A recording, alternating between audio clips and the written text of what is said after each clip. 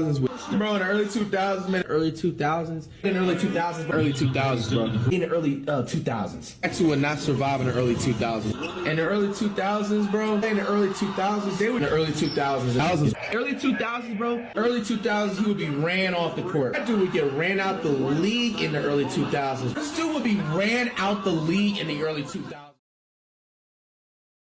What is up, everybody? Welcome back to Hollow Nose Hoops. Today we're diving into one of the most unique players in NBA history, a guy who has never managed to average double-digit points in a single season, but still managed to make the Hall of Fame and leave a lasting mark on the game. I'm talking about none other than Ben Wallace, the defensive anchor of the legendary Going to Work Pistons. Now, if you've ever watched FlightReacts, you've probably heard him rave about the early 2000s and especially Ben Wallace. Flight will tell you straight up, back then, big men were different, defense was different, and Ben Wallace was a problem. But it raises the question, how good was Ben Wallace really? Is Flight exaggerating or does he have a point? Can Ben Wallace really take out all of these modern day big men? To answer that question, let's rewind. Ben Wallace came out of Virginia Union University, a small Division II school, standing only 6'9", undersized for a center, and not known for scoring. Wallace went undrafted in the legendary 1996 draft class. He struggled early, bouncing around different teams, initially with Washington and then Orlando. At that point, nobody thought this guy would amount to more than just a role player at best. But Wallace had something you can't teach: relentless work ethic, strength, and defensive instincts. He fought for every rebound, every loose ball, and he never backed down. These characteristics allowed Ben to break out with the Detroit Pistons. Everything changed when Wallace arrived to the Pistons in the 2000s. This was where he truly broke out. In Detroit, he found the perfect team and culture that valued his toughness and defense.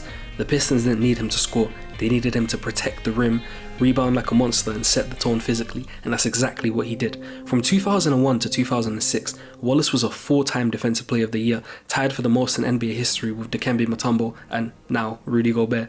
He made 5 All-NBA defensive first teams and was an All-Star 4 times, despite averaging fewer than 7 points per game during that period. But it wasn't just awards. Statistically, Wallace was a beast. He led the NBA in rebounds per game twice, in 2002 and 2003. He led the league in blocks per game in 2002.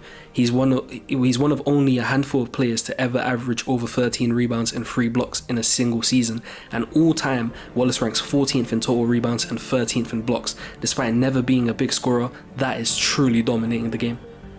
Wallace's time on the Pistons definitely peaked in 2004. The Pistons went up against a stacked Los Angeles Lakers with Kobe, Shaq, Karl Malone and Gary Payton. Nobody gave Detroit a chance, but the Pistons shocked the world, winning the series in just 5 games, and Wallace's performance was central to that upset.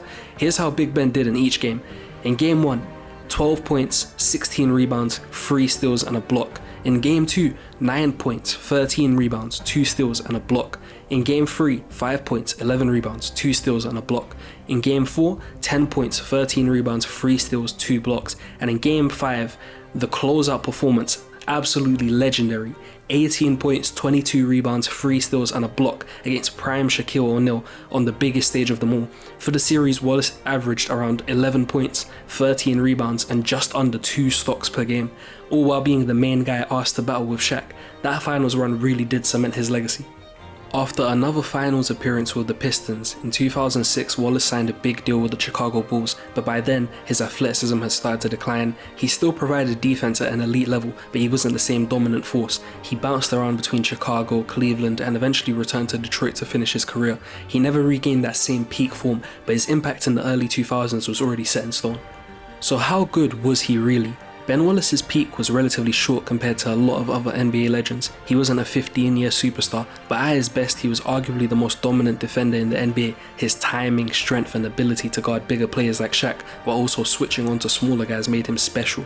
If we're talking about defense only, you can make a strong case that Wallace is a top 10, if not top 5 defender of all time, and that his Detroit Pistons teams were some of the best defensive teams of all time. Again, if not the best defensive team of all time. And when you factor in the adversity he overcame going from undrafted to Hall of Fame, his story becomes more and more and more impressive. In 2021, Wallace was inducted into the Naismith Memorial Basketball Hall of Fame, solidifying his place among the all-time greats. And thanks to guys like FlightReacts constantly giving him shout-outs, new generations of fans continue to learn about Ben Wallace and the impact he had on the game. So, was Flight right about Big Ben? Absolutely. Ben Wallace wasn't just good. At his peak, he was an all-time great defender who changed the course of NBA history. As a defender, he's top 10 all-time, maybe even top 5. His 4 Defensive Player of the Year awards, his rebounding and shot-blocking dominance, and his ability to anchor a championship team prove that. Now, if we zoom out and look at him as a center overall, he doesn't have the offensive numbers of guys like Kareem, Shaq, Hakeem or Wilt, but what he does have is a Hall of Fame career, one of the greatest defensive peaks ever, and a championship where he outplayed Shaq in the biggest moments. Realistically, you'd probably slot him into the top 25 centers of all time.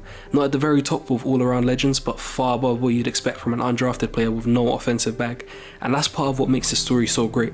Ben Wallace maximized everything he had, turned defense into superstardom, and left behind a legacy that can't be ignored. In 2021, his Hall of Fame induction confirmed it, and thanks to guys like FlightReacts constantly shouting him out, new generations of fans will keep his name alive as one of the most unique and impactful players ever. That's gonna wrap up today's video. Let me know in the comments, where do you rank Ben Wallace not just among defenders, but among centers all time? Make sure to like, subscribe, and stay tuned for more deep dives right here on Hollow Nose Hoops. Thank you very much.